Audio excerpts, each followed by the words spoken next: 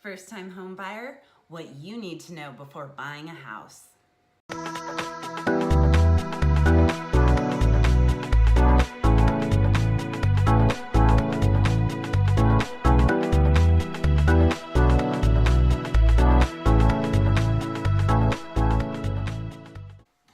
Many people dream of buying a house for years or even decades before they actually begin the process. You may have considered how many bedrooms you want, what your neighborhood should be like, and even what kind of patio furniture you want. However, there's much more to buying a home than picking your favorite listing and then moving in. It's important to understand all the steps of buying a house, as well as what to look for when buying, what questions to ask, and understanding the hidden costs. There's no doubt in the positive power of buying real estate if done properly. But you don't want to make any hasty decisions when buying a house, especially your first one. So let's walk through the process with you to get you into your dream home responsibly. Here are the critical steps you must take if you're considering this major step in life. Number 1, take stock of your personal finances. You can't buy a home until you know what you can afford based on your personal finances. Be sure to keep track of your credit score and try to improve it as much as you can. The better your score is, the easier it will be for you to get approved for a loan. You should also determine how much you have saved up for a down payment. Generally, home buyers are expected to put up between 5 and 20% of the price of a property as a down payment. VA loans and FHA loans can start at either 0 or 3% respectively, and there are also other options out there depending on your circumstances. Number 2, research the local market long before you actually put an offer on a home.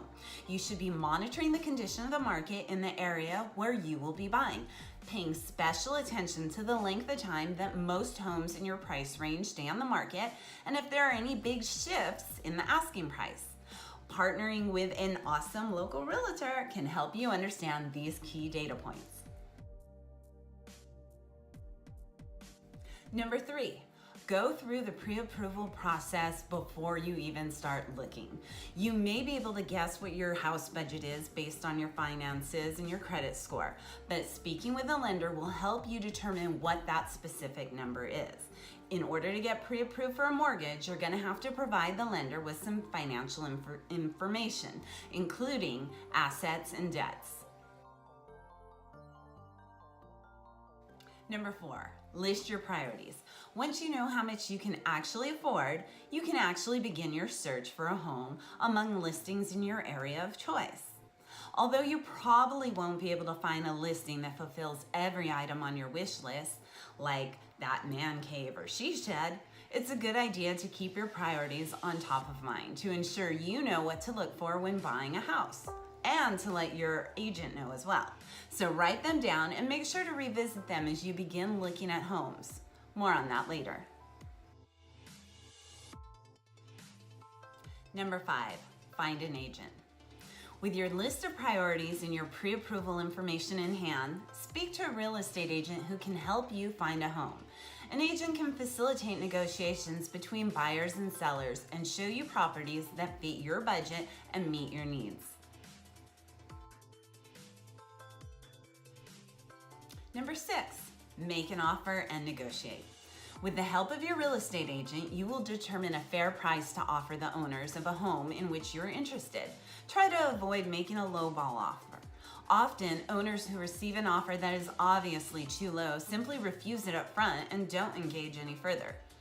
You should always defer to the opinion of your agent, as he or she will know a lot more about the housing market and the rules that apply to home offers. Number 7, handle inspections and secure a loan. Home inspections are a necessary part of the home buying process. Don't skip this. It's important to have the house you're purchasing professionally inspected to ensure you are aware of any damage or signs of structural wear. An inspection will confirm whether the homeowners were honest in their listing and reveal any issues that might have gone unnoticed. After the inspection and the appraisal of the property, you can secure your loan with a bank or lender. Number 8, submit paperwork and close. You will work with your lender and your real estate agent to ensure that all of the relevant paperwork for your purchase is in order. You'll be able to move into your new home as soon as all of the paperwork has been completed and the seller of the house has been paid. What to look for when buying a house.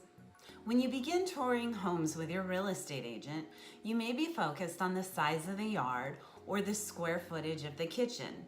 But there are other attributes to a home that are even more important to consider. You want to be certain that you are making a good investment when you purchase a home. So you should avoid those with major problems or that will need costly repairs shortly after you make your purchase. You should know which things to look for when buying a house to ensure that you are making a good investment. Here are a few items that you and your home inspector must watch for. Number 1, roof condition. A traditional shingle roof will have to be replaced every 20 to 25 years, and a full professional replacement may cost $8,000 or more. This is a significant expense and not one you want to be stuck with right after purchasing your new home. Pay attention to the condition of the roof when you tour a home, and be sure to ask about its age. Number 2, signs of foundational damage. Some small problems like faded paint or a broken light fixture can usually be remedied without too much effort and money. But if the foundation of a home is damaged, you're looking at thousands of dollars in repairs. Look for signs of cracking near the foundation, inside and outside the home, and pay attention to the grade of the floors for signs of unevenness, which may indicate a sinking of the foundation. Number 3, potential for flooding. You might fall in love with a home you tour because of how close it is to a body of water, but make sure you consider the potential risks of this proximity. The closer you are to water, the more likely it is that you will experience problems with flooding, especially during stormy times of year. It's also important to have insurance coverage for such a possibility, so be sure to do your research. Even in San Diego, you'd be surprised with the number of flood-affected areas. 4, mold, weathering, and water damage. Take a peek inside the cabinetry for signs of mold growth around pipes. Mold growth may indicate a leaky plumbing system, previous flooding, or improper ventilation. You should also look for other signs of water damage and excessive weathering, such as musty odors or peeling paint. Number 5, insulation and energy efficiency. Make sure you're aware of the condition of the insulation of a home, especially if it was built several decades ago. The better the insulation of a house, the less you will have to spend on utility costs when it comes to heating and cooling throughout the year.